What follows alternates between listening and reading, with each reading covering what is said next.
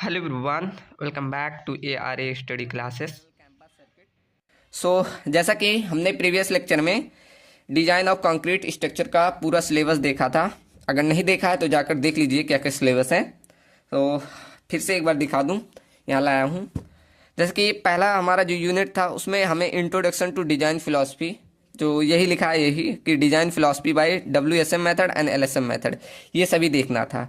ठीक, तो पहला मैं एक चैप्टर, यहाँ देखो चैप्टर वाइज लिख के लाया हूँ कि इंट्रोडक्शन में बेसिक हम सब चीज़ें सीख ले रहे हैं कि WSM LSM मेथड और क्या क्या मतलब इस डिजाइन ऑफ कंक्रीट स्ट्रक्चर का इतिहास रहा, वो सब हम सीखने वाले हैं। ठीक, तो इसीलिए मैंने इसका पहला चैप्टर का नाम दे दिया है इंट्रोडक्शन। तो इस पहले चैप्टर में हम बेसिक इंट्रोडक्शन सीख लेते हैं अबाउट क्या है हमारा डिजाइन ऑफ कंक्रीट स्ट्रक्चर। इसे कहीं कहीं पर RCC के नाम से भी बुलाते हैं। RCC मतलब रेनफोर्स सीमेंट कंक्रीट, इस नाम से भी जाना जाता है। तो चलिए पहला चैप्टर देखेंगे, जैसे हम इंट्रोडक्शन, उसके बाद बीम डिजाइनिंग यहाँ लिख दिया है, तो और भी पीछे जो है वो भी हम देख लिया करेंगे। और उसके बाद जब हमारा यूनिट खत्म हो जाएगा उसके बाद जो भी हमारे फर्स्ट यूनिट में PYQ बनेंगे उनको भी हम एक लेक्चर में डिस्कस कर लेंगे। ठीक, तो बिना टाइम वेस्ट किए आज हम पहला अपना चैप्टर फर्स्ट इंट्रोडक्शन स्टार्ट करते हैं। तो जैसा कि आपको मालूम होगा, ये जो हमारा डिजाइन ऑफ कंक्रीट स्ट्रक्चर है इसे कहीं कहीं पर क्या RCC के नाम पे जाना जाता है। RCC मतलब रेनफोर्स सीमेंट कंक्रीट। अब रेनफोर्स मतलब वहां पर स्टील बार मतलब रेनफोर्समेंट किया गया है। तो बात ये उठकर आती है कि पहले रेनफोर्समेंट किसने किसने आविष्कार किया, किसने यूज किया। तो वो आते हैं एक इंडस्ट्रियल फ्रैंकेस क्विजेंट, यही जो हमारे थे, इन्होंने ही पहली बार रेनफोर्समेंट का यूज किया। तो इनके बारे में थोड़ा सा इंट्रोडक्शन में देखते हैं। यहाँ लिख दिया है मैंने पहले से, क्या लिखा है, Francois Coignet was a French industrial of 19th century.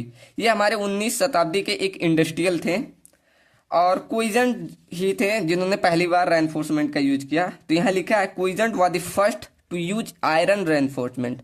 उन्होंने पहली बार किसका, आयरन रेनफोर्समेंट ऑफ कंक्रीट का यूज किया as a technique for construction building structure. एक बिल्डिंग स्ट्रक्चर को बनाने के लिए उन्होंने एज अ आयरन रेनफोर्समेंट का यूज किया।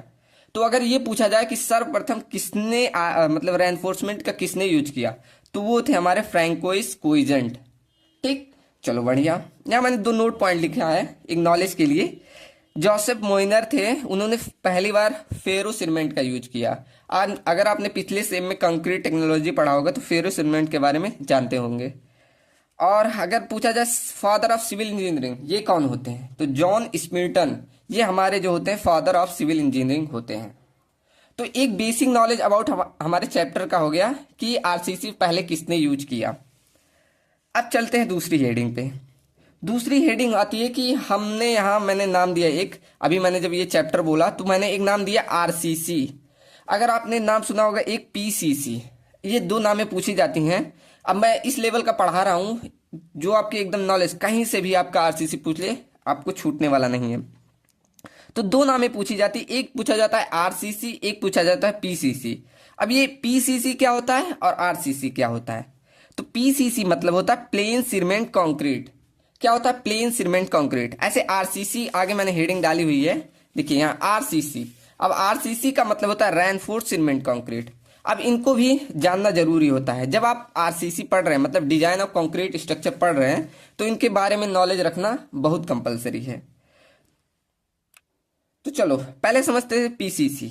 अब PCC जैसे नाम से लिखा है प्लेन सीमेंट कंक्रीट, ये क्या होता है, एक प्रकार का पेस्ट होता है जिसमें हमारा कंक्रीट है और वाटर हो गया, एडमिक्सचर हो गया, फाइन एग्रीगेट हो गया, कोर्स एग्रीगेट हो गया, इन सभी को मिलाकर जो हमारा पेस्ट तैयार हुआ वही हमारा प्लेन सीमेंट कंक्रीट होता है। ठीक, सिंपल आप जो जो भी आपने फील्ड में देखा है, सिंपल जो मसाला जिसे बोलते हैं एकदम देहाती भाषा में, वही जो बनाते हैं उसे ही प्लेन सीमेंट कंक्रीट कहते हैं। और ये जो हमारी प्लेन सीमेंट कंक्रीट होती है ये हमारी टेंशन में वीक होती है लेकिन कंप्रेशन स्ट्रेंथ में बहुत स्ट्रांग होती है। अब टेंशन कंप्रेशन इतना तो नॉलेज आपको होगा, मैं समझ रहा हूँ। तो कंप्रेसिव मतलब ऊपर से लगने वाला जो लोड होता है कंप्रेसिव, वो हमारा ये इजिली वियर कर जाती है, लेकिन टेंशन को ये थोड़ा भी नहीं वियर कर पाती, सहन कर पाती, तुरंत ये फेल कर जाती है। ये इसका मतलब यही दुर्भाग्य था, इसकी वजह से हमें RCC का खोज करना पड़ा। ठीक, तो चलिए लिखते हैं एक कि हमारा PCC क्या होता है और RCC क्या होता है। ठीक, तो लिखेंगे मैं लिख दे रहा हूं, एक काम कर रहा हूं, मैं थ्योरी को पहले लिख दे रहा हूं वरना टाइम वेस्ट होगा। चलो, तो यहां मैंने देखिए थ्योरी लिख दी है। क्या लिखा, वही जो बोला वही सब लिखा कि this is a paste of binding material, water, fine grade, coarse and admixture. इन सभी का एक प्रकार का ये पेस्ट होता है हमारा पीसीसी। ठीक, दूसरा पॉइंट लिखा कि generally PCC is good in compressive strength. हमने बोला ना कि ये हमारी कंप्रेसिव स्ट्रेंथ में अच्छी होती है, लेकिन वीक होती है किसमें, टेंशन में। ठीक, तो इस प्रकार हम कह सकते हैं it is a brittle material. Brittle मतलब भंगुर। भंगुर जैसे कि आपने अगर ईंट देखी होगी, ईंट को आप गिराते हैं तो वो ऐसे टुकड़े टुकड़े में टूट जाता होगा। अब इतना नॉलेज तो होगा, आप 6 में आ गए होंगे, ब्रिटल का मतलब तो समझते होंगे। मतलब अगर बोला जाए ब्रिटल का मतलब होता है उसमें सडन फेलियर आ जाता है। चलो, और एक पॉइंट और लिख दें कि इसकी जो टेंसाइल स्ट्रेंथ होती है वो कंप्रेसिव स्ट्रेंथ का 1/10 भाग होता है। ठीक, चलो कि लिखेंगे tensile strength of concrete, tensile strength of concrete equal to 1/10 of, into लिख दे रहा हूं 1/10 ऑफ कंप्रेसिव स्ट्रेंथ। मतलब अगर आपसे पूछा जाए कितना टेंसाइल स्ट्रेंथ होता है तो 1/10वां भाग होता है कंप्रेसिव स्ट्रेंथ का। किसका, पीसीसी का टेंसाइल स्ट्रेंथ। चलो बढ़िया, तो यहां से हमने 2 टॉपिक कवर किए। अब सेकंड देखा जाए आरसीसी। अब ये क्या होता है, आरसीसी। आरसीसी मतलब रेनफोर्समेंट सीमेंट कंक्रीट। अब जो हमारा यही पीसीसी जो है टेंशन में कमजोर था, तो इसीलिए हम क्या करते हैं उसमें रेनफोर्समेंट का प्रोवाइड करते हैं। रेनफोर्समेंट मतलब कोई भी बार जो टेंशन ले सके उस बार के लिए। अभी हम समझेंगे रीजन भी। यहाँ लिखा, दूसरा हेडिंग लिखा है कि why we use steel only in form of reinforcement. हालांकि बहुत से मतलब जो भी टेंशन ले सकती हैं वो सब हम मतलब एज अ मतलब रेनफोर्समेंट यूज कर सकते हैं। अभी मैं सब रीजन बताऊंगा, तो पहले समझते हैं आरसीसी को, तब ये पढ़ते हैं, टॉपिक से भागते नहीं। चलो, तो पहले मैंने बोला आरसीसी मतलब रेनफोर्समेंट सीमेंट कंक्रीट। तो इसका अगर मतलब समझाए कि जब हम पीसीसी मटेरियल में क्या करें, रेनफोर्समेंट प्रोवाइड करके उसकी टेंसाइल स्ट्रेंथ को बढ़ा दें, तो वही हमारा क्या कहलाएगा, रेनफोर्समेंट सीमेंट कंक्रीट कहलाएगा।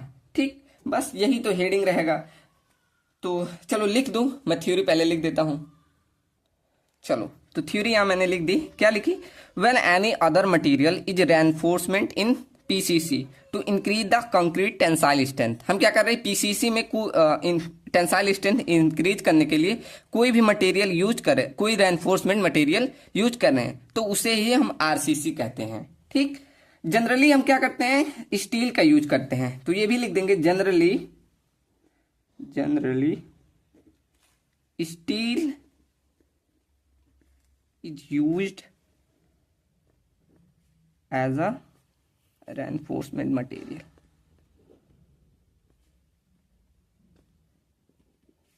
हालांकि बहुत प्रकार के होते हैं, अभी वो सब मैं बता रहा हूं, इस हेडिंग में बताऊंगा।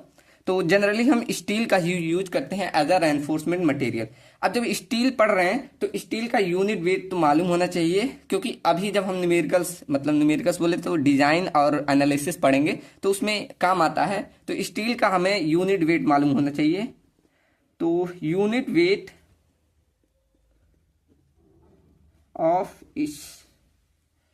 ऑफ आरसीसी, इसका यूनिट वेट होता है वो 25 किलो न्यूटन पर मीटर क्यूब, या इसे कह सकते हैं 2500 किलोग्राम पर मीटर क्यूब होता है। सेम ऐसे पीसीसी का भी बता सकते हैं आप, यूनिट वेट को डब्ल्यू से ऑफ पीसीसी, इसका जो होता है 24 किलो न्यूटन पर मीटर क्यूब होता है, और 2400 किलोग्राम पर मीटर क्यूब होता है। ठीक, तो ये ध्यान रखिएगा। चलो, अब आपके मन में सवाल आता है, सर आपने यहाँ क्यों कहा कि generally steel is used as a reinforcement material, क्यों हम स्टील को क्यों यूज करते हैं? तो यहाँ मैं कहना चाहता हूं कि कोई भी मटेरियल जो हमारी टेंशन को ले सकती है उसे हम रेनफोर्समेंट के लिए यूज कर सकते हैं। लेकिन स्टील को क्यों ही प्रेफर किया जाता है? क्योंकि जो स्टील होता है और कंक्रीट होता है उसके जो थर्मल कोफिशिएंट होता है वो जनरली इक्वल होता है, बस थोड़ा सा डिफरेंस होता है, इसीलिए हम यूज करते हैं। क्यों? क्योंकि जब हम, अब देखो थर्मल कोफिशिएंट क्या होता है, आपने सोम में पढ़ा होगा क्या पढ़ा होगा यहाँ मैं बता दे रहा हूँ, ये एक्स्ट्रा है।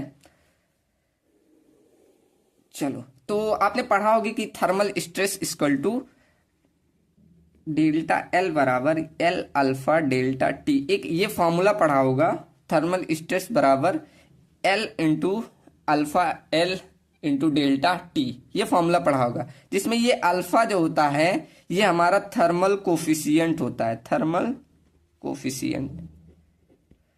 तो जो ये थर्मल कोफिशिएंट होता है वो हमारा क्या होता है, स्टील का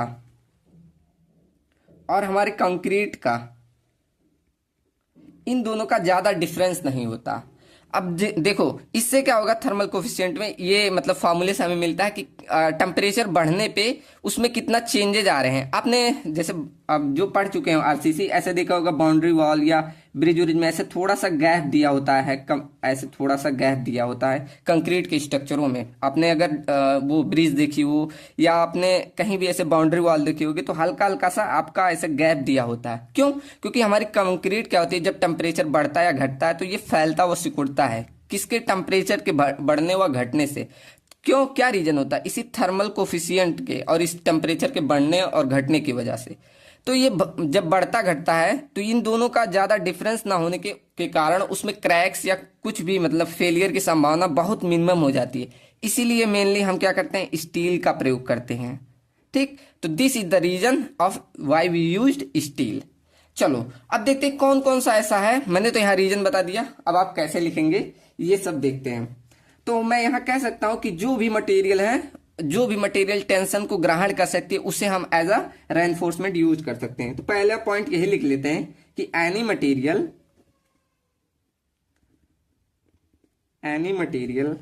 that can take tension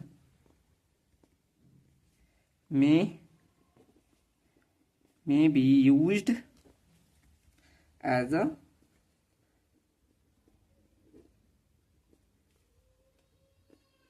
reinforcement। ठीक, यहां मैंने लिखा any material that can take tension may be used as a reinforcement. जैसे एग्जांपल में पहला ही हमारा है स्टील, ये हमारा टेंशन को ग्रहण कर सकता है। और एग्जांपल दे सकते हैं जैसे कॉपर हो गया, सिल्वर हो गया, और ऐसे बहुत सारे एग्जांपल है। जैसे प्लास्टिक भी ले सकते हैं, ये भी हम यूज कर सकते हैं। बैम्बू भी यूज कर सकते हैं। पिछली बार मेरा देखो मैंने एक बार मिनी प्रोजेक्ट किया था, बैम्बू गलत है, BAMBU, बैम्बू। आप अगर गूगल पे सर्च करोगे तो बैम्बू एज अ रेनफोर्समेंट एक प्रोजेक्ट आता है, तो इस पे बैम्बू को भी हम एज अ रेनफोर्समेंट यूज कर सकते हैं। ऐसे बहुत सारे हैं, ETC, आप बहुत सारे नाम आप जितने भी आप देख सकते हैं, जो भी टेंशन ग्रहण कर सकती है उसे हम एज अ रेनफोर्समेंट यूज कर सकते हैं। ठीक, अच्छा चलो आप देखते हैं कितने लोग इसका जवाब दे पाते हैं कि रेनफोर्समेंट का हम एज अ बैम्बू रेनफोर्समेंट कैसे यूज कर पाते हैं। देखते हैं कितने लोग इसका जवाब दे पाते हैं। क्या क्या इसमें मतलब कुछ चेंजेस करने पड़ते हैं, कुछ बदलाव करने पड़ते हैं, तो वो मैं कमेंट सेक्शन में आंसर देता हूं। कितने लोग देखते हैं इसका जवाब दे सकते हैं क्या क्या। अच्छा इतना बताना कि क्या क्या हम इसमें चेंजेस करेंगे कि इसको एज अ रेनफोर्समेंट यूज कर सकते हैं। देखते हैं कितने लोग बताएंगे। चलो ये आज का आप लोग का टास्क है। तो यहां से हमने ये समझ लिया कि जो जो मटेरियल हमारी टेंशन ग्रहण कर सकती है उसे हम एज अ रेनफोर्समेंट यूज कर सकते हैं। अब यहां मैंने हेडिंग डाला कि स्टील ही क्यों, तो यहां कहेंगे स्टील हमारा प्रेफर्ड इसलिए किया जाता है, इसके कुछ रीजन है। क्यों? क्योंकि ये इकोनॉमिकल होता है कंपेयर टू अदर मटेरियल। जैसे कि अगर मैं यहाँ सिल्वर की बात करूं, सिल्वर मतलब चांदी, अगर सिल्वर आप यूज करेंगे, आप सिल्वर के बार्स आप इस समय इतनी महंगाई में आप यूज कर सकते हैं? नहीं यूज कर सकते। और ये प्लास्टिक और कॉपर भी हमारा महंगा पड़ेगा ऐसे। लेकिन प्लास्टिक तो उतना मतलब हमारा क्या रहेगा, स्ट्रक्चर उतनी दिन का मतलब टिकाऊपन नहीं रहेगा, इसलिए इसे नहीं यूज कर सकते। तो एक प्रकार से बोले जो हमारा स्टील हुआ इसको अगर यूज करता, तो यहाँ मैं एक छोटा सा हेडिंग बना के लिखूं कि स्टील इज प्रिफर्ड। अभी मैं सब रीजन पॉइंट करके लिखूंगा, इसलिए पहले एक छोटा सा point, steel is most preferred by following reason. अब मैं एक एक करके सब रीजन लिखता जाऊं जिससे जल्दी होगा। ठीक, तो पहला रीजन बताया कि हमने बोला इकोनॉमिकल रहेगा कंपेयर टू अदर मटेरियल, तो पहला यही लिख लो, economical, economical as compare to other material. अब आप बता सकते हैं बहुत सारे रीजन, अगर आपके टीचर पूछे या कोई भी पूछे तो आप कितने सारे रीजन बता सकते हैं, अभी मैं बता सकता हूँ। ठीक, इसकी जो टेंसाइल स्ट्रेंथ होती है स्टील की, ये हाई होती है कंपेयर टू इन सब के मटेरियल के साथ, जो यहाँ एग्जांपल दिए। ठीक, चलो तो कहेंगे कि हाई टेंसाइल स्ट्रेंथ, इसकी टेंसाइल स्ट्रेंथ होती है अच्छी होती है, हाई टेंसाइल स्ट्रेंथ। एंड और कह सकते हैं कि यही जो मैंने पहला यहाँ पूरा विस्तार में बताया कि कंक्रीट का जो कोफिशिएंट थर्मल जो होता है वो स्टील के बराबर होता है। ठीक, सॉरी मैंने उल्टा बोल दिया कि स्टील का जो होता है थर्मल कोफिशिएंट वो बराबर होता है किसके, कंक्रीट के, ऑलमोस्ट इक्वल होता है, मतलब एकदम इक्वल नहीं, थोड़ा मोड़ा डिफरेंस होता है। तो यही लिखेंगे कोफिशिएंट ऑफ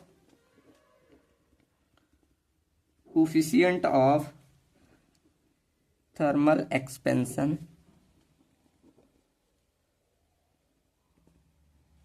इज ऑलमोस्ट क्या होगा, equal to that of concrete. ठीक, तो आप रीजन दे सकते हैं कि क्यों हम स्टील को यूज करते हैं। चलो बढ़िया, अब आते हैं हम डिजाइन फिलॉसफी ऑफ आरसीसी। ये आपके सिलेबस में दिया था, हमने इतना सारा एक्स्ट्रा बताया आपकी नॉलेज गेन करने के लिए। ठीक, आप एक आरसीसी पढ़ रहे तो आरसीसी के बारे में थोड़ा नॉलेज रखिए, इसीलिए। अब पढ़ते हैं हम डिजाइन फिलॉसफी ऑफ आरसीसी। मतलब डिजाइन फिलॉसफी का मतलब, अगर आप फिलॉसफी का अर्थ जाने तो इसका मतलब होता है दर्शन, मतलब कि क्या क्या मतलब इतिहास रहा इस डिजाइन आरसीसी का, वो हम देखते हैं कैसे कैसे मतलब ये हम बढ़ते गए, इसमें खोजते गए, वो सब हम इस डिजाइन ऑफ फिलॉसफी में देखेंगे। तो शुरू में जो हुआ हमारा स्थापित हुआ ब्यूरो ऑफ इंडियन स्टैंडर्ड, जिसे हम बीआईएस के नाम से जानते हैं। तो पहले हमारा चला, ये सब आप लिख सकते हैं अपने एग्जाम में कि पहले यस, जिसे हम जानते हैं ब्यूरो, BA रहेगा, ब्यूरो ऑफ इंडियन स्टैंडर्ड। पहले इसके आधार पर हम क्या किए, डिसाइड किए कि हमें क्या क्या रूल्स रेगुलेशन आए कि क्या क्या हम आरसीसी में यूज करते हैं, करना चाहिए। ठीक, उसके बाद क्या हुआ, इसका हम मॉडिफाई किए। उसके बाद हमारा क्या आया, इंडियन स्टैंडर्ड 1953। जैसे आप प्रेजेंट में पढ़ते होंगे, अगर आपने कोड देखा होगा IS 456 2000, तो मैं बता रहा हूं कि कैसे कैसे इतिहास बना तब जाकर ये यहां तक हम पहुंचे, ये बता रहा हूं। पहले हमारा क्या बना, ब्यूरो ऑफ इंडियन स्टैंडर्ड, उसके बाद बदलाव हुए तब बना इंडियन स्टैंडर्ड 1953, तब इसका कुछ चेंजेस किए, तब हमारा फर्स्ट रिवीजन हुआ, तब हमारा आया WSM, जिसे हम पढ़ते हैं अभी भी, WSM। ये हमारा कब आया, इंडियन स्टैंडर्ड 1957 में। अब WSM का फुल फॉर्म तो मालूम होगा आपको, यहां लिख दूं, वर्किंग स्ट्रेस मेथड। उसके बाद जब सेकेंड रिवीजन हुआ, उसके बाद हमारा सेकेंड रिवीजन, मतलब कैसे कैसे बदलता रहा, ये हम फिलॉसफी देखते जा रहे हैं। उसके बाद हमारा सेकेंड रिवीजन हुआ, कब हुआ है ये, पहले मतलब सेकेंड रिवीजन हुआ तब हमारा LSM आया, और 21 डेट पे हुआ, ये हुआ हमारा 1964 में। ठीक, इसको नाम से जानते हैं LSM को, लिमिट, सॉरी गलत बता दिया। WSM के बाद हमारा ULM आया था, गलत लिख दिया, ULM हमारा लास्ट में LSM आया था। ठीक, और डेट तो हमने सही लिखा है, इंडियन स्टैंडर्ड 1964, हमने ये गलत लिख दिया। और ULM को बोलते हैं ultimate load method. Okay, and last हमारा थर्ड रिवीजन हुआ, और उसके बाद हमारा बना LSM। ये कब हुआ, इंडियन स्टैंडर्ड 1978 में। एंड एलएसएम को हम बोलते हैं limit state method, limit state method. ठीक, चलो उसके बाद जब इन सब का रिवीजन हुआ तब हमारा जाकर बना इंडियन स्टैंडर्ड 456 2000। ठीक, अभी गूगल पे डालिए और इसको डाउनलोड करके रख लीजिए। क्यों? क्योंकि अभी जब हम डिजाइन करेंगे तब हमारा ये यूज होगा। ये मतलब ये किसका कोड है? आरसीसी का। अब आरसीसी बोले या डिजाइन ऑफ कंक्रीट बोले वही होता है। ठीक, तो इसका कोड है ये, और इसका मतलब यही कोड। अब ये कभी बहुत बार पूछा जाता है आपके नॉलेज के लिए। ठीक, तो ध्यान रखिएगा इंडियन स्टैंडर्ड 456। तो कुछ इस तरह हमारी फिलॉसफी रही आरसीसी का।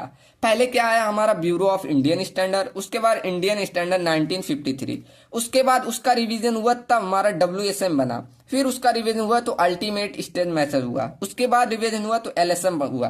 अभी हम सबको पढ़ेंगे, डब्ल्यूएसएम, यूएलएम, एलएसएम। ठीक, तो इन सभी के बारे में आपके सिलेबस में, तो इन सबको हम देखेंगे एक एक करके। ठीक, चलो तो बढ़ते हैं एक एक को। हम पहले पढ़ते हैं डब्ल्यूएसएम क्या था, यूएलएम क्या था, एलएसएम क्या था, क्या क्या कमियां थी, क्या क्या इनमें खासियत थी, सबको एक एक करके पढ़ते हैं। ठीक, तो ये समझ में आ गया कि हमारी फिलॉसफी कैसे थी। अब हम एक एक करके समझते हैं डब्ल्यूएसएम एंड यूएलएम एंड एलएसएम। ठीक, चलो तो चलिए स्टार्ट करते हैं अपना first method, working stress method. अब डब्ल्यूएसएम क्या कहता है कि स्ट्रेस जो लाई करता है किसी इस पे मटेरियल पे, वो विद इन इलास्टिक लिमिट होना चाहिए। ठीक, अब ये समझ में नहीं आया होगा, अभी मैं समझाता हूं। पहले स्टेटमेंट लिख दे रहे हैं, अकॉर्डिंग टू डब्ल्यूएसएम, अकॉर्डिंग, ये तो सभी पढ़ते होंगे, ये अगर किसी ने एक बार पढ़ा होगा तो समझ में आया होगा कि मतलब बस ऐसे थ्योरी। अकॉर्डिंग टू डब्ल्यूएसएम की stress with in elastic limit lies करना चाहिए। ठीक, अकॉर्डिंग टू डब्ल्यूएसएम जो स्ट्रेस होता है, stress in material lies with in elastic limit. चलो यहां लिमिट। ठीक, मतलब कह रहा है कि स्ट्रेस जो उसका है वो इलास्टिक लिमिट के अंदर होना चाहिए। अब ये समझ में नहीं आया, चलो अभी मतलब इसका कहने का मतलब होता है कि अगर कोई आदमी है, मान लो कोई आदमी ए है, उसका जो क्षमता है वो 400 या 500 कुछ भी इतना किलोग्राम का वेट उठा सकता है, लेकिन डब्ल्यूएसएम क्या कहता है? नहीं, वो 100 ही किलो न्यूटन उठा पाएगा। मतलब क्या कह रहा है कि वो लोड जो उसमें ग्रहण करने की क्षमता है वो घटा दे रहा है। ऐसे नहीं समझ में आया? चलो ऐसे एक फिगर से बता रहा हूं। जैसे मान लो ये एक मतलब हमारा कोई स्ट्रक्चर है। अब स्ट्रक्चर पे मान लो कि पी मतलब लोड लग रहा है, मान लो 400 न्यूटन, 4000 न्यूटन मान लिया हमने। चलो 4000 न्यूटन का लोड लग रहा है। अब इस पे जो अल्टीमेट स्ट्रेस आ सकता है, अल्टीमेट मतलब एकदम लास्ट तक कितना स्ट्रेस आ सकता है, मैंने मान लिया अल्टीमेट स्ट्रेस जो है वो 100 न्यूटन पर मीटर स्क्वायर इतना आ सकता है। ठीक, न्यूटन पर मीटर, इसे एमएम में कर लेंगे, न्यूटन पर एमएम स्क्वायर, क्योंकि जब न्यूटन में लेते हैं तो इसको एमएम में लिया जाता है। ठीक, इसे आप 100 एमपीए भी लिख सकते हैं। ठीक, आपको अगर पता हो ये यूनिट कन्वर्जन, तो 100 न्यूटन पर एमएम स्क्वायर या इसे 100 एमपीए भी बोल सकते हैं। ठीक, तो इसकी अल्टीमेट मतलब एकदम लास्ट तक इतना लोड ग्रहण कर सकता है ये मतलब मेरा स्ट्रक्चर ग्रहण कर सकता है। लेकिन डब्ल्यूएसएम क्या कहता है? अकॉर्डिंग टू डब्ल्यूएसएम, अब एकदम एग्जांपल से चल रहे हैं, अकॉर्डिंग टू डब्ल्यूएसएम। अब डब्ल्यूएसएम क्या बोल रहा है कि नहीं, इसकी जो स्ट्रेस ग्रहण करने की क्षमता है वो 20 एमपीए है, बस इतने ग्रहण करेगा। इससे ज्यादा ग्रहण करो मतलब और स्ट्रेस आएगा तो वो फेल कर जाएगा। ठीक, तो इससे ज्यादा अब ऐसे नहीं समझ में आया। देखो अब क्या, आपने अगर ये फॉर्मूला पढ़ा हो, stress equal to force per unit area. ठीक, तो यहां से अगर इसको भेजो, एरिया को इधर भेजो, तो यहां से P अपॉन सिग्मा। अब यहां से अगर एरिया देखो इसका कितना आएगा, P बराबर 4000 डिवाइड बाई 20, इससे ये काटोगे तो एरिया आ जाएगा 200 mm स्क्वायर। अब एरिया देखो यहां से 200 mm स्क्वायर आया। जब हम क्या कर रहे हैं, स्ट्रेस को कितना ले रहे हैं 20, लेकिन अगर वही 100 को लिया जाता तब क्या होता, तो सिग्मा बराबर कितना 4000 बटे कितना था यहाँ इसका 100, इससे काटोगे तो यहाँ पर जो ये यहाँ एरिया रहेगा, ये वाला फॉर्मूला पर डायरेक्ट, तो एरिया यहाँ पर 40 क्या आएगा mm स्क्वायर। अब देखो जब यहाँ अल्टीमेट स्ट्रेस था तो एरिया आ रहा है 40, और जब हम क्या कर रहे हैं WSM के अकॉर्डिंग चल रहे हैं तो एरिया आ जा रहा है 200 mm²। तो एरिया में कितना डिफरेंस आ रहा है, मतलब अगर हम देखें तो WSM के अकॉर्डिंग चलेंगे तो हमारे बड़े बड़े सेक्शन बन जाएंगे। जहां 40 mm² का सेक्शन बनना था वहां WSM के अकॉर्डिंग 200 mm² का सेक्शन हमें बनाना पड़ेगा। कुछ समझ में आया? चलो, तो यही सब लिखेंगे। पहला स्टेटमेंट के अकॉर्डिंग हो गया कि स्ट्रेस जो होता है मटेरियल में वो लाई करेगा विद इन इलास्टिक लिमिट। अब ये सब क्या होता है, अगर आपने सोम पढ़ा होगा तो ये फिगर जरूर बनाया होगा। चलो बना दे रहा हूं। ऐसे कुछ स्टील, माइल्ड स्टील का आपने ये चार्ट बनाया होगा। चलो मैं बना दूं पहले। आपने कुछ ऐसा माइल्ड स्टील में मतलब सोम में ऐसे चार्ट पढ़े होंगे। ये माइल्ड स्टील का हमारा होता है ग्राफ। तो यहाँ पर हमारा स्ट्रेस होता है ठीक। और यहाँ पर एक पॉइंट लेते हैं ऐसे ए, और यहाँ इसे बी लेते हैं। ये हमारा होता है प्रोपोर्शनल लिमिट, ओ से ए प्रोपोर्शनल लिमिट, ओ से बी क्या होता है हमारा इलास्टिक लिमिट ठीक। तो वही बोल रहा है कि जो हमारा स्ट्रेस होगा वो विद इन इलास्टिक लिमिट होगा, अंदर उसके इलास्टिक लिमिट के अंदर होगा ठीक। तो इस यही ग्राफ के थ्रू बता रहा है ठीक। तो according to WSM stress in material lies within a elastic limit. चलो, अगर हमने इलास्टिक लिमिट से जब चले तो हमने ये एक निष्कर्ष निकाला कि हमारा कंक्लूजन, आप ऐसे हेडिंग की तरह लिख सकते हैं कंक्लूजन। इसका कंक्लूजन क्या था, अभी हमने क्या निकाला कि एरिया हमारा क्या मिल रहा था ज्यादा, एरिया हमें क्या मिल रहा था ज्यादा मिल रहा था, सीधा है ना। चलो, एरिया हमें ज्यादा मिल रहा था। एरिया अगर ज्यादा मिल रहा है तो हमारा क्या बिल्डिंग बड़ा रहेगा, और बिल्डिंग जब बड़े बड़े बनेंगे तो उसमें मटेरियल कंजम्पशन ज्यादा हो जाएगा ठीक। तो ये भी लिख सकते हैं कि मटेरियल की कंजम्पशन जो होगी वो ज्यादा हो जाएगी। मटेरियल कंजम्पशन हमारी बढ़ जाएगी, और जब मटेरियल कंजम्पशन बढ़ेगी तो हमारे क्या होगा, जो कंस्ट्रक्शन का कॉस्ट रहेगा वो हमारा बढ़ जाएगा। तो ये भी लिख सकते हैं कि कॉस्ट हमारा क्या होगा, बढ़ जाएगा ठीक। तो इस प्रकार हम इसे कह सकते हैं ये हमारा एक अनइकोनॉमिकल सेक्शन बन जाएगा ठीक। अनइकोनॉमिकल सेक्शन ही बोल सकते हैं ठीक, एक अनइकोनॉमिकल स्ट्रक्चर ही बोल दे, अनइकोनॉमिकल स्ट्रक्चर हो जाएगा ठीक। ये हमारा WSM से एक कंक्लूजन निकल के आता है। तो इस प्रकार हम इसमें कह सकते हैं, ऐसा अगर पॉइंट के थ्रू लिख सकें कि हमारा यहां से लार्ज सेक्शन बनते हैं ठीक। Large section have to prepared.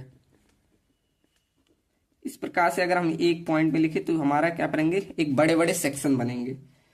चलो, और इससे क्या होगा, हमारा सेक्शन जो होगा सेफ होगा और स्टेबिलिटी बढ़ेगी ठीक। तो ये इससे जब बड़े बड़े सेक्शन होगा, कितना भी लोड लगाओ, जब मान लो आपकी सहन करने की क्षमता, मतलब आपको कोई मार रहा है, आप मारो खूब तेज से चाटा मार रहा है तो आपको दर्द हो रहा है, लेकिन आपको हल्का सा मार रहा है, कहाँ दर्द नहीं हो रहा। तो इस प्रकार अगर आपकी मान लो ये मेरा स्ट्रक्चर है, इस पे लोड लगाने की क्षमता 100 किलोन्यूटन तक मैं ऐसे सह सकता हूँ, लेकिन अगर आप ऐसे हल्का सा लगा रहे हैं तो इस पे कोई मतलब फेल होने की संभावना ही नहीं है। तो इस प्रकार कह सकते हैं कि स्टेबिलिटी इसकी ज्यादा रहेगी, स्टेबिलिटी क्या रहेगी, ज्यादा रहेगी ठीक। ये मैंने इसे ज्यादा दिखा दिया। अब ये कहाँ कहाँ पर यूज होता है ये बता दीजिए। चलो, तो एग्जाम्पल में इसे लिख देते हैं कहाँ कहाँ पर यूज होता है। एग्जाम्पल, जैसे हम अगर डैम बनाते हैं तो वहां पर देखते हो बड़े बड़े स्ट्रक्चर बनाने पड़ते हैं तो वहां पर यूज होता है। आप कोई रिजर्वायर देखें तो वहां पर यूज होता है रिजर्वायर। आप कोई वाटर टैंक बनाएंगे तो वहां पर भी फॉलो होता है। ऐसे बहुत सी जगह हैं आप वहां पर यूज करते हैं इस WSM मेथड का ठीक। चलो बढ़िया।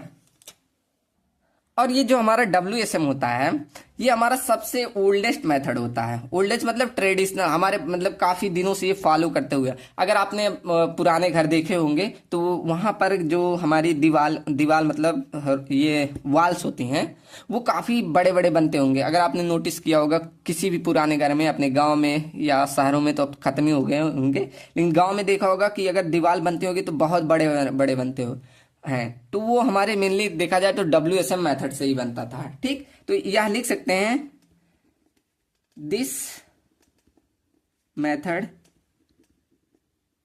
Is the oldest is the oldest method, oldest method, this is the oldest method या ट्रेडिशनली बोल सकते हैं टू डिजाइन। बढ़िया। अब इसमें कुछ मतलब फैक्टर ऑफ सेफ्टी लिया जाता है, ये भी ध्यान रखिएगा इसमें। चलो तो एक्चुअली कैमरा बंद हो गया था तो मैं पढ़ाते चला गया और मैंने ध्यान नहीं दिया। एक्चुअली स्पेस फुल हो गया तो इसके लिए मतलब कैमरा क्या हो गया, ऑटोमेटिक बंद हो गया और मैं पढ़ाता चला गया तो मैंने ध्यान नहीं दिया। हालांकि मैंने सब लिख दिया और मैं समझाते चला गया था और मैंने ध्यान नहीं दिया कि कैमरा क्या है। चलो मैं एक बार फिर से बता दूं। तो मैं कहाँ पर मैंने देखा बंद हुआ है, तो यहाँ तक मैंने बता दिया कि फैक्टर ऑफ सेफ्टी लेते हैं। अब देखिए फैक्टर ऑफ सेफ्टी जैसे कंक्रीट के लिए 3 लिया जाता है और स्टील के लिए 1.78 एंड डायरेक्ट कंप्रेशन के लिए 4 लिया जाता है। ये सब हम यूज करेंगे जब डिजाइन में, तो हमें ये सब याद होनी चाहिए वैल्यू। हम अभी जब डिजाइन आगे करेंगे तो वहाँ पर ये सारी वैल्यू यूज होंगी। चलो उसके बाद एक पॉइंट ये लिखवाया कि this method is based on deterministic approach या थ्योरेटिकल अप्रोच। ये जो हमारा WSM मेथड था ना, ये पूरा हमारा थ्योरेटिकल या जिसे डिटर्मिनिस्टिक अप्रोच भी बोलते हैं उस पर बेस्ड था। ठीक, तो इस तरह ये हमारा कवर होता है WSM मेथड। चलो सेकंड मैंने बता दिया था ULM मेथड, मतलब अल्टीमेट लोड मेथड। अब यहाँ पर मैंने देखो इस फिगर में ही बता दिया था, इस वाले फिगर में ही एक बार मैं फिर से दोहराता हूं। जैसे कि मैंने WSM पढ़ा तो उसमें हमने क्या देखा कि अगर मेरे जो स्ट्रक्चर है मेरा, उसका लोड ग्रहण करने की मतलब स्ट्रेस, अल्टीमेट स्ट्रेस उस पर जो आ सकता है वो 100 MPa है और हमारा WSM बोलता है नहीं, हमें 20 MPa ही लेना है, 20 MPa ही लो। लेकिन अब दूसरा मेथड आया ULM, मतलब अल्टीमेट लोड मेथड आया। उसने क्या बोला कि नहीं, अगर ये 100 MPa स्ट्रेस ग्रहण कर सकता है तो 100 का 100 MPa उस पर लोड लगाओ। ठीक, अब इससे क्या हुआ, मतलब जो 100 का 100 जितना इसका स्ट्रेस ग्रहण करने की क्षमता है बोल रहा है, ULM बोल रहा है कि उतना ही लगाओ। तो इससे क्या हुआ, स्ट्रक्चर हमारे बहुत पतले बनने लगे। जैसे हमने ये फॉर्मूला पढ़ा sigma equal to force per unit area, यही पढ़ा ना। तो अगर मैं एरिया निकालूं तो फोर्स पर यूनिट एरिया, अब फोर्स हमारा आ रहा था 4000 न्यूटन का और स्ट्रेस कितना था, यहाँ स्ट्रेस लगाओ, स्ट्रेस कह रहा कि 100 MPa अप्लाई करो। तो यहाँ से देखेंगे तो हमारा जो एरिया था वो 40 mm स्क्वायर मिल रहा, मतलब कहाँ हमें यहाँ 200 mm स्क्वायर मिल रहा था और हमें कह रहा है कि 40 mm स्क्वायर लेके चलो। तो इससे क्या क्या मतलब नुकसान हुए, क्या फायदे हुए। पहला क्या हो गया कि हमारी स्टेबिलिटी घट गई, स्टेबिलिटी घटी तो सेफ्टी घट गई, और लेकिन फायदे भी हुए। क्या फायदा हुआ कि हमारा कॉस्ट ऑफ स्ट्रक्चर कम हो गया, ठीक, मटेरियल कंजम्पशन कम हो गया। तो यही सारे मेथड लिखे हैं। तो यही देखो मैंने पॉइंट लिख दिया है कि it consider full strength of material, ये पूरी की पूरी जितनी स्ट्रेंथ थी उतनी कंसीडर कर ले रहा था। मतलब अगर 100 MPa लाना चाहिए तो 100 MPa बराबर कह रहा ले लो। ठीक, चलो अब इससे क्या हुआ कि स्टेबिलिटी हमारी स्ट्रक्चर का घट गया, लेकिन बोल रहा है और कह रहा है कि सेफ्टी भी हमारी घट जाएगी। ये वो कह नहीं रहा, या कंक्लूजन डाल देंगे आप, कंक्लूजन, इसका कंक्लूजन, इस ULM का यही कंक्लूजन कि स्टेबिलिटी इससे घट जाएगी लेकिन सेफ्टी बढ़ जाएगी। ठीक, तो इसके कारण हम इस मेथड को रिजेक्ट कर देते हैं। This method is rejected due to instability of structure.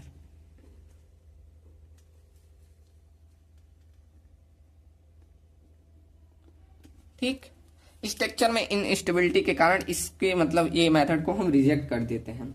इसमें जो हमारे सेक्शंस प्राप्त हो रहे थे ना, वो सिलेंडर सेक्शन प्राप्त हो रहे थे। तो ये भी लिख देंगे सिलेंडर सेक्शन आर प्रोड्यूस। ये सब मतलब कंपटीशन में पूछ लेता कि ULM में कौन से सेक्शन प्रोड्यूस होते हैं, तो सिलेंडर सेक्शन आर प्रोड्यूस। चलो और एक पॉइंट यहाँ और ऐसे लिख सकते हैं इसी को, ये वाला जो हमने यहाँ लिखा कि हमारा जो एरिया था वो काफी घट गया, जिससे हमारा कॉस्ट जो था वो भी घट गया और उससे हमारा मटेरियल कंजम्पशन क्या हुआ, वो भी कम हो गया। मटेरियल कंजप्शन ये भी घट गया, जिससे हमारा क्या हो गया, ये इकोनॉमिकल एक बन गया, मोस्ट इकोनॉमिकल बना, मोस्ट इकोनॉमिकल स्ट्रक्चर बनते थे इससे। ठीक, चलो तो यहां से हमने कवर किया पूरा यूएलएम मेथड को। अब बढ़ते हैं अपने लास्ट एलएसएम मेथड को, लिमिट स्टेट मेथड। अब इसका क्या कहना था, चलो फिर से इसी फिगर पे आते हैं। अब इसका कहना था कि अब इसी से देखो हम तीनों को समझा दे रहे हैं। अब इसका जैसे हमारा ये स्ट्रक्चर था, उसकी लोड ग्रहण करने की क्षमता क्या थी, 100 एमपीए थी।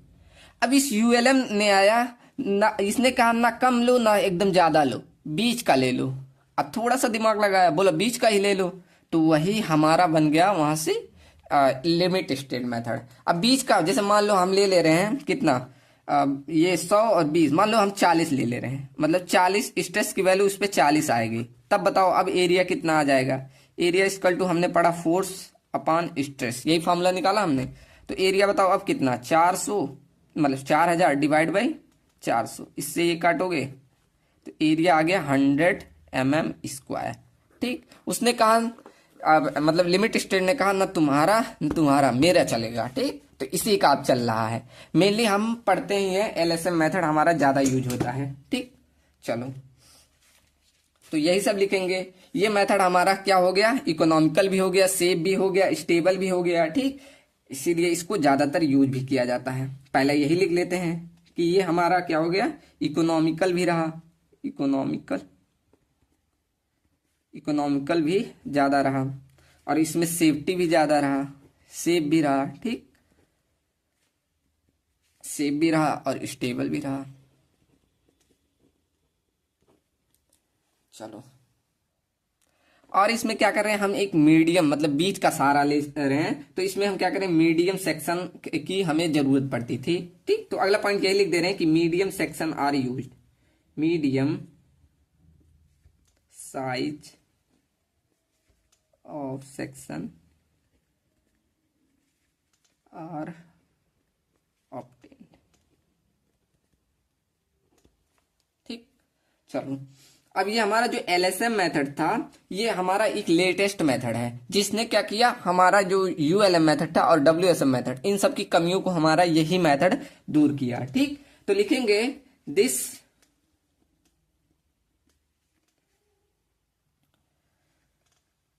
Is the latest method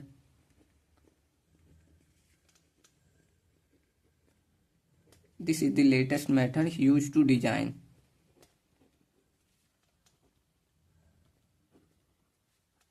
this is the latest method used to design, जिसने क्या किया, who removed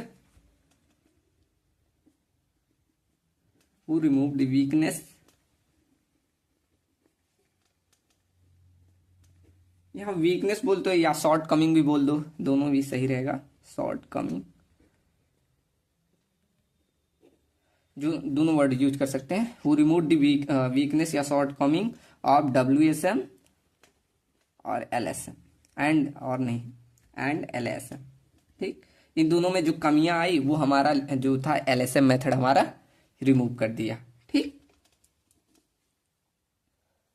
और अगर यह मेथड देखा जाए डब्ल्यूएसएम मेथड के कंपेयर में तो इकोनॉमिकल रहा, लेकिन एलएसएम मेथड के एलएसएम बोला यूएलएम के मेथड में देखा जाए उससे अगर कंपेयर करें तो अनइकोनॉमिकल रहा। मतलब यहां लिख के पहले बता दूं कि दिस मेथड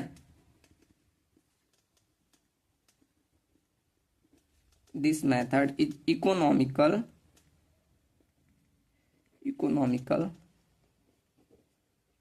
कंपेयर टू, किसके कंपेयर में इकोनॉमिकल रहा, डब्ल्यूएसएम के, but uneconomical compare to ULM method.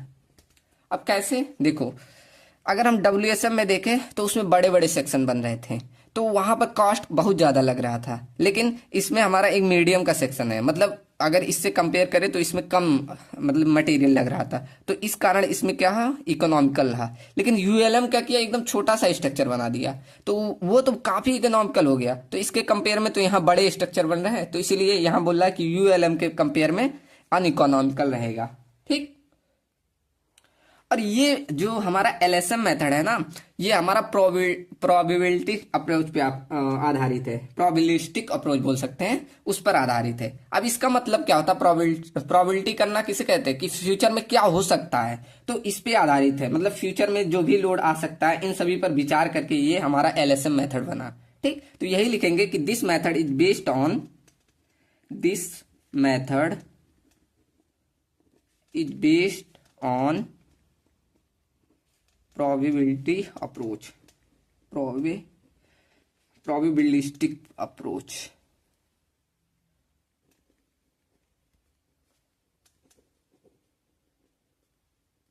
अब इसका मतलब लिखते हैं दैट मीन, अब इसका मतलब मैंने क्या बताया कि फ्यूचर में कौन कौन से लोड आ सकते हैं, उन सभी सब पे विचार किया जा रहा है। That mean the section is designed by considering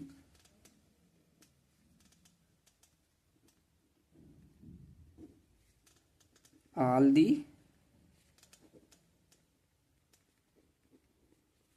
the possible loads। कब, फ्यूचर में। यहाँ फ्यूचर ऐसे हेडिंग में डाल सकते हैं, फ्यूचर लोड्स, जो भी हमारे बाद में लोड आ सकते हैं। देखो, this method is based on probability approach, that mean the section is design by considering all the possible load या future load that the structure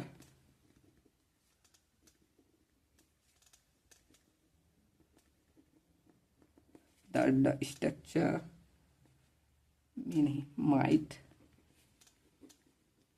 face in future. ठीक। इसका चलो, तो ये हमारा रहा कौन सा, एलएसएम मेथड। और इस मेथड में हम जो होता है, जैसे हमने डब्ल्यूएसएम पढ़ा, तो उसमें हम फैक्टर ऑफ सेफ्टी लेके चलते थे, लेकिन इसमें हम क्या करते हैं, पार्शियल फैक्टर ऑफ सेफ्टी लेके चलते हैं। ठीक। तो in LSM we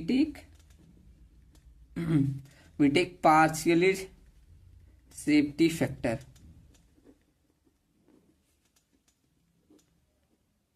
safety factor, अब पार्शियल सेफ्टी फैक्टर मतलब होता है, हम इस पे जो होता है कंक्रीट पे भी, और जो कंक्रीट पे मतलब जो आने वाला लोड और जो उसकी कंक्रीट की स्ट्रेंथ होती है, इन दोनों पे, मतलब स्ट्रेंथ की और मटेरियल पे, दोनों पे हम सेफ्टी फैक्टर लगाते हैं। ठीक। मतलब इसमें दो दो बार सेफ्टी फैक्टर लगाना, जब हम डिजाइन करेंगे तो और अच्छे समझ में आएगा कि इसमें दोनों बार सेफ्टी फैक्टर लगाया जाता है। लेकिन यूएलएसएम मेथड में सिर्फ मटेरियल के लिए लगाते हैं। ठीक। इसमें लोड वोड के लिए नहीं लगाते। एक बार ध्यान लिख लीजिए कि कितना कितना किसके लिए लिया जाता है। यहाँ हेडिंग डाल दे, partial safety of factor, partially safety factor. ठीक। इसमें देखो, कंक्रीट के लिए कितना लेते हैं, फॉर कंक्रीट 1.5 लिया जाता है, और स्टील के लिए फॉर स्टील 1.15 लेके चलते हैं। ठीक। चलो बढ़िया। अब बढ़ते हैं हम टाइप ऑफ सेक्शन। अब देखो, ये हमारा जब हम डिजाइन करेंगे ना, तो उसमें जब हम कंपेयर करते हैं मोमेंट ऑफ रेजिस्टेंस को, तब उसमें निकल के आता है कि कौन से प्रकार का सेक्शन है। तो ये तो अभी पूरा डिटेल में समझ में नहीं आएगा, अभी मैं सिर्फ सेक्शन के प्रकार बता रहा हूँ, उनके बारे में। आपका अगर देखा जाए सिलेबस में, तो फर्स्ट यूनिट के मतलब जो फर्स्ट टॉपिक है उसी में बता दिया है, लेकिन मेनली जब डिजाइन होता है ना, तो उसमें काफी टर्म आएंगे, जैसे critical neutral axis depth and neutral axis depth, तो उसी को कंपेयर करके ही निकलता है, तो वहां और अच्छे समझ में आएगा। अभी आप बस पढ़ लीजिए कि सेक्शन कितने प्रकार के होते हैं, तब वहां और अच्छे समझ में क्लियर हो जाएगा। ठीक। अभी मैं सिर्फ समझा दे रहा हूँ कि सेक्शन कितने प्रकार के होते हैं और कौन कौन से होते हैं, कैसे क्या होता है। ठीक। सबको एक एक करके पढ़ते हैं। चलो, तो मेनली अगर देखा जाता है तो हमारा 3 प्रकार के सेक्शन होते हैं। फर्स्ट आता है आपका over reinforcement section, over reinforcement section. And second आता है हमारा under reinforcement section, under reinforcement section, and third हमारा आएगा बैलेंस सेक्शन। ये हमारे 3 प्रकार के सेक्शन होते हैं। ठीक, अब इनके बारे में डिटेल में हम आगे देखेंगे। तो अगर हम एक नज़र सिलेबस में देखें तो आज हमने total design philosophy and WSM LSM और एक ULM मेथड, तीनों मेथड हमने, और काफ़ी जो डिटेल थी इंट्रोडक्शन अबाउट हमारे इस सब्जेक्ट के बारे में, वो भी हमने पूरा डीप में देखा। ठीक, तो हमारा पहला जो टॉपिक था ये हमने पूरा कवर किया। अब हम कल के लेक्चर में पढ़ेंगे basic assumption in RCC design and stress strain relationship concrete और स्टील में। हालांकि ये आपने BMC में पढ़ा ही होगा, एक नज़र हम और देखेंगे। ठीक, और इसमें थोड़ा दूसरी तरह होता है, तो कल के लेक्चर हम इसे, और जब अजम्पशन पढ़ेंगे तो वहाँ पर एक रिलेशन आता है, वहाँ से हम और अच्छे से देखेंगे। ठीक, तो वीडियो कैसी लगी और पढ़ाने का तरीका समझ में आ रहा है कि नहीं, ज़रूर बताइएगा, और अपना जो भी डाउट हो कमेंट सेक्शन में ज़रूर शेयर करिएगा। ठीक, तो मिलते हैं कल के लेक्चर में। Thank you so much.